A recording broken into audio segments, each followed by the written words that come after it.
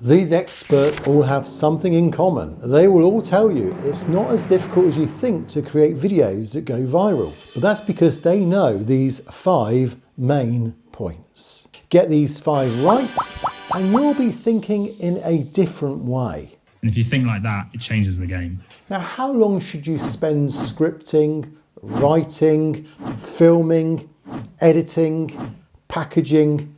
How long should you spend on those things? Well, that's going to be answered in a moment. But first of all, have you heard of the 3 Ps? And this is area number 1 to focus on, is ideas, coming up with new ideas. Well, these 3 Ps are essential if you want to succeed on YouTube. So notice what Sean Cannell from Think Media said in a recent interview on those 3 Ps. You have to be willing, I think, to potentially change your channel topic or pivot your channel topic. What are some things I'm passionate about that I could see myself interested in for the next couple years? But what I want you to do is I want you to brainstorm 5 to 10 different passions you could make a YouTube channel about. Now, if you already know what your YouTube channel is about, I want you to do this anyways. The first thing is to just brainstorm. But then what we're gonna wanna do is go on to the next P, which is proficiency. And now this is asking what topic would establish you as an authority with the least amount of effort. What are you good at? What is a natural skill for you? What do you have the most experience in? You've written down 5 to 10 passions, but now you're putting them through a second filter, which is the proficiency filter. You maybe narrow it down to 2 or 3 or 4 more that you have a little bit of experience in. Be honest, like what do you have some momentum in? You have a little experience in. But it brings us to the 3rd P, and that's profit. This is asking the question of how am I actually going to make money, and can I make money, and will people pay me for this? Another way to get some good ideas is to just see what the algorithm is currently presenting or what's being rewarded. So you can go to an incognito browser, type in whatever it is you're trying to then niche into or get an idea for, and see what videos are served up. And you're particularly looking for what Google is considering at the moment the videos to serve for those keywords. And that will give you clues as to what's being rewarded in the algorithm currently. Now, without a great idea or a great topic, it's very hard to make a successful video. So ideas is always going to be the start of getting the ball rolling, getting the cogs working. But you know, good ideas can also come from what you've already created and proven successful. And Rob Wilson from vidIQ recently explained 3 ways to do that from his videos. The framework rests on 3 pillars: direct, indirect, and abstract extrapolation. Direct extrapolation is your first tool where you pick a successful idea and tweak a single element, doing it with your own content so you're not risking straight out copying anyone else. Now here at vidIQ, we do this all of the time. Our video here, Small Channels Do This to Double Your Views in 5 minutes, was a hit, pulling in over 700,000 views. So we use the idea again. We changed it to Small channels do this to double your subscribers in 5 minutes. The second pillar of the framework is indirect extrapolation. In our niche, videos about YouTube updates perform really well with our audience, but we also know that you love videos about the YouTube algorithm. So let's blend the 2. Algorithm update. Did this stop you getting views? And it was another winner, proving that this approach works as well. As for the 3rd pillar, abstract extrapolation, it involves deconstructing a successful idea and identifying the psychological triggers that made it work. Let's consider this video as an example. 10 regrets after moving to the villages.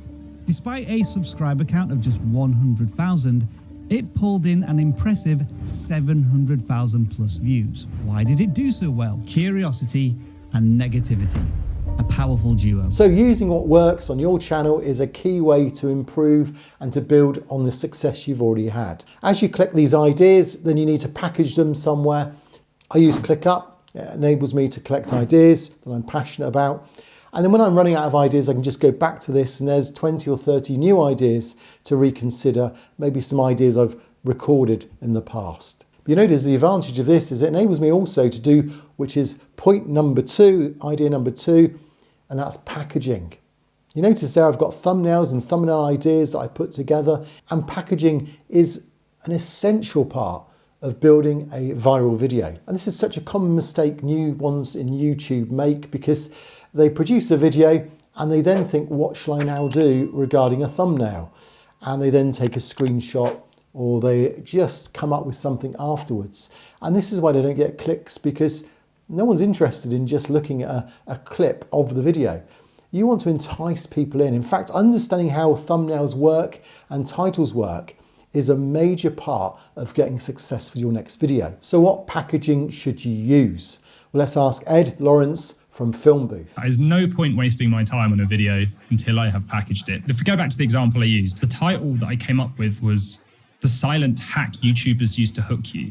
So now I have that. I have to write an introduction that undoes the clickbait, sets up the value the viewer's going to get, makes them understand why this is an important story. If I started with how to present a video, I'm stuck with, okay, now I'm going to show you how to present a video. And I can't possibly use another title or thumbnail that isn't related to this boring introduction.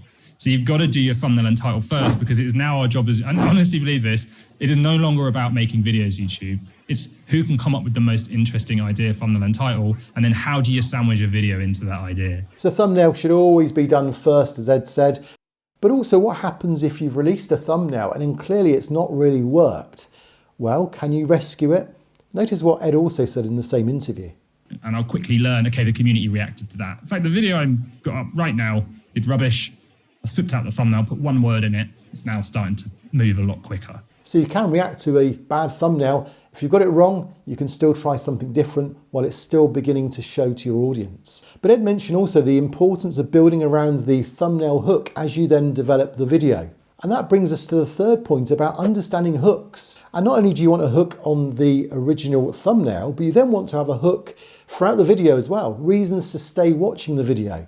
So you might have mini hooks along throughout the video, maybe your major hook nearer the end. We'll see in a moment how that works with retention. But before we do that, how do you get a good hook? Well, the thumbnail and title should have already created enough curiosity to get someone to want to find out what's next. As they then go into that first 30 seconds, you need to really get another hook in to keep them watching. So recently, Nolan Malt interviewed Jack Thomas, where he revealed the 3 things that work on titles. And therefore, these are the basis for all the hooks in your video. What have you found to be like the top click triggers that really are bringing in the most amount of views? Yeah, so there are 3 click triggers. Almost all viral videos have these 3 click triggers. They're curiosity, fear, and desire. And then it's usually curiosity plus fear or curiosity plus desire. So when you build curiosity in your audience's mind, they feel like they have to watch your video. And the easiest way to do that is to just use the word "this," but not specify what this is. And then when you pair that up with their desire, with like their hopes, their dreams, they have no choice but to click. They definitely want to know how to achieve all their dreams. And then also if you pair curiosity up with fear, they want to avoid their mistakes. They want to avoid regrets, but pairing up curiosity and fear and curiosity and desire is the best way to write YouTube titles. When do we need to be kind of vague so that we can actually get the click? And a lot of people feel like this is clickbait, but at the end of the day, what I love to tell people is the chocolate covered carrot. You need to show them the sweet stuff, because if no one clicks on your video, no one's actually going to get into the good stuff that you have to say. So here's an example. 6 ways to create remarkable photos versus I stopped taking boring photos once I learned this. You know, once I learned this, like you read that title and say, oh, wait, what is it? Like, what did he learn? Know why your audience watches your videos and use those desires, use those hopes and dreams to get more people to click. Now, if I said my favorite tip is the next one, because that actually made one of my videos go viral, would that be enough curiosity for you to watch it? Well, hopefully it is, because it really did. And this is all part of FOMO, fear of missing out. So what was the next tip? Tip number 4, retention. Now, the retention report is an incredible piece of information, because once you've released your video, you can go back and see what worked. And if you don't do this, if you don't analyze your retention, how do you ever learn on what your audience actually reacts well to?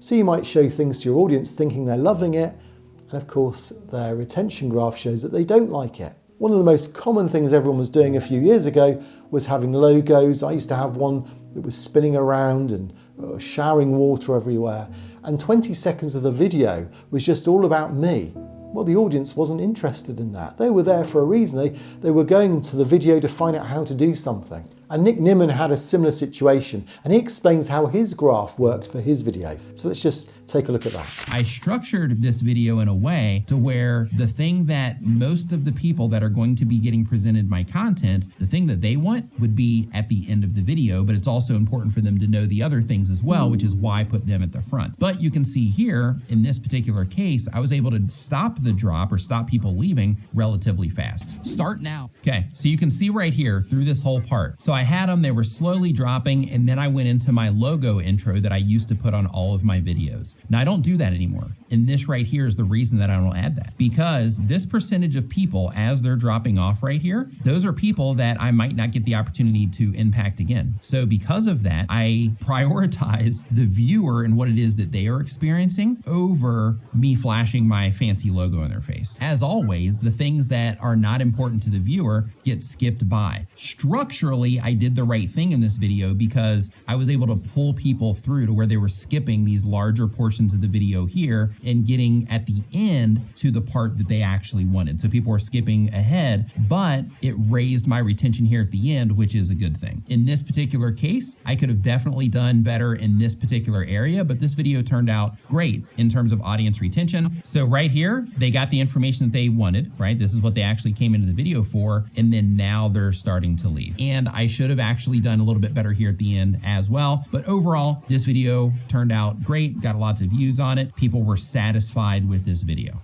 So how often do you look at your retention graph? Do you actually do that?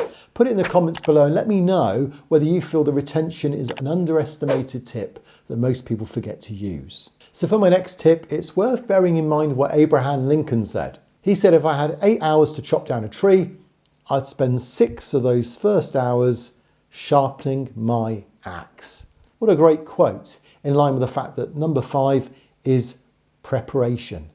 Preparation is always going to be a payoff when it comes to your videos. Now, Ed Lawrence was recently asked how long did he spend on filming, how long did he spend on scripting, packaging with thumbnails and titles, and editing.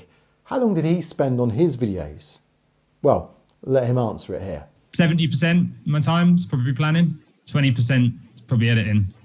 Tiny bit filming. The thing you need to spend the time on if you want to get results on YouTube is the planning. Is the making the idea interesting, the packaging, the thumbnail, the title, the introduction, the end, then the middle, then write the thing, then film it. If I spent 70% of my time planning a video and writing it and doing the thumbnail and title, I'd be way more confident. So the thing that always takes me the time is how do I come up with an idea? So I have like tried and tested thumbnails and titles. I just repeat, but I'm kind of creative. I like to try new things.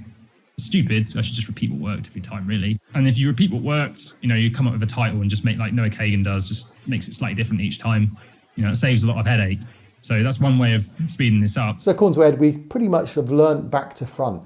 We tend to focus more on the filming and editing and less about the script and the packaging. But this isn't the biggest mistake that YouTubers make. In fact, there are 7 mistakes that most YouTubers make constantly. Now, if you've got any curiosity or FOMO left, then you need to watch this video next and it will show you what you shouldn't be doing.